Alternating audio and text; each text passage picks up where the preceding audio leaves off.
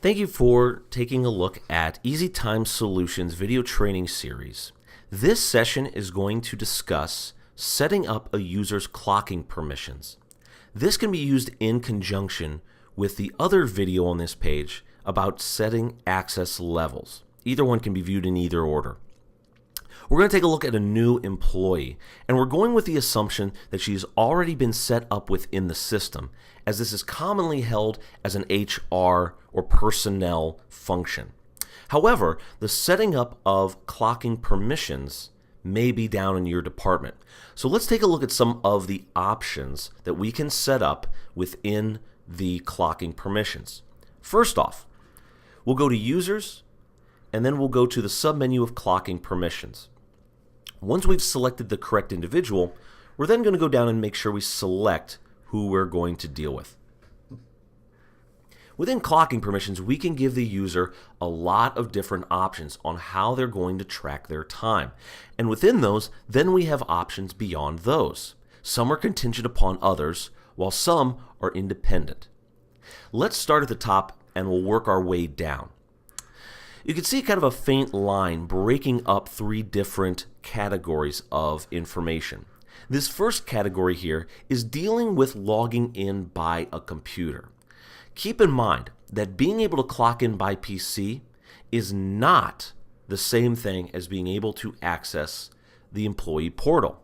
Those two things are independent. However, they do need to have access to the employee portal if they are going to clock in by PC. We do find that this becomes the easiest, even though you could do these independently.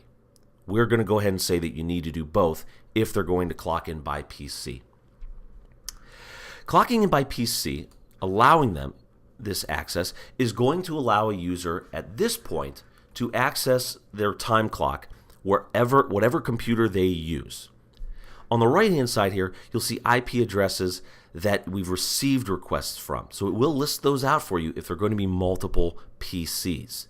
This may show up if computers change and you don't have locked down IP addresses, or if they are permitted to log in from different PCs at different locations, or if they aren't set at a regular desk.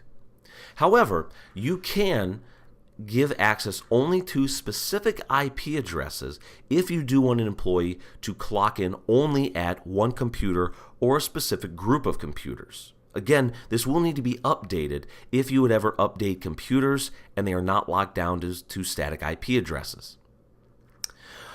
Only by USB fingerprint is if you are using the EasyClocking's USB fingerprint scanner that would hook to a computer. Most do not have this. However, we would say if you are going to use that option, you do need to check this box. And as I'll remind you throughout this series, always click Save or these settings will not save. The next setting we have is over setting up access to the mobile device. Again, there are two parts to this. First, we can allow access to the mobile phone. Use Mobile is only allowing a user to access their information from the mobile device. The mobile time clock option allows them to clock in from their mobile device. This does not need to be selected. I can still allow employees to access information about their accruals and absences, their time card, and their schedule from the mobile device without allowing them to clock in. If we do want to allow them to clock in, we have a couple great functions here to make sure that it's secure. First off, it is locked down by password, the same one that employee will use to log into the computers. Next, on the right-hand side, as a user logs in, a number will appear in this box. This is going to lock down their user ID to a device. They can only have one mobile device per account. If an employee does get a new phone, they would need to have this removed by an administrator and then add the new phone in there. When they first log in, that will allow the system to know that that device is allowed. An administrator does not need to type that number in there once it's in for the first time. Only change it if they would get a new device. On the left-hand side, with Use Geolocation, a user's mobile device, as far as clocking in, can be locked down by a geofence. You can set countless numbers of locations under the geolocations and give users access to clock in only when in the geofence. You can leave this open that they can clock in anywhere, and this can be changed on a 1-to-1 ratio per user. So somebody could be given permission to clock in when going to a conference and then locked back down when they're back on their regular schedule. Finally, we're giving access to time clocks. If your employee is going to regularly clock in with a time clock, this is the section they'll want to be able to use. Whichever time clocks are available in your system are going to be listed on the left-hand side in this box.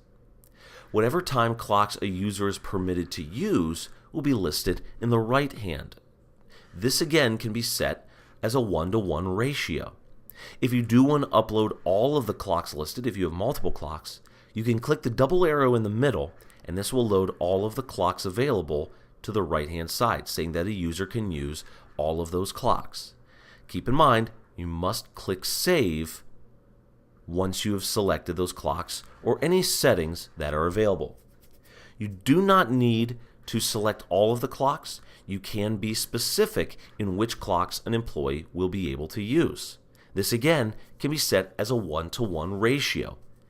If you take a look at the time clock tutorials, you can see how to set a group of people up into a group of time clocks or a specific time clock as opposed to doing it 1-to-1. Take a look at those tutorials in order to see how to do that. Again, I can't remind you enough to make sure that you save whenever you make changes to an employee's settings. Otherwise, they will not save and revert back to whatever they were before you were on that screen.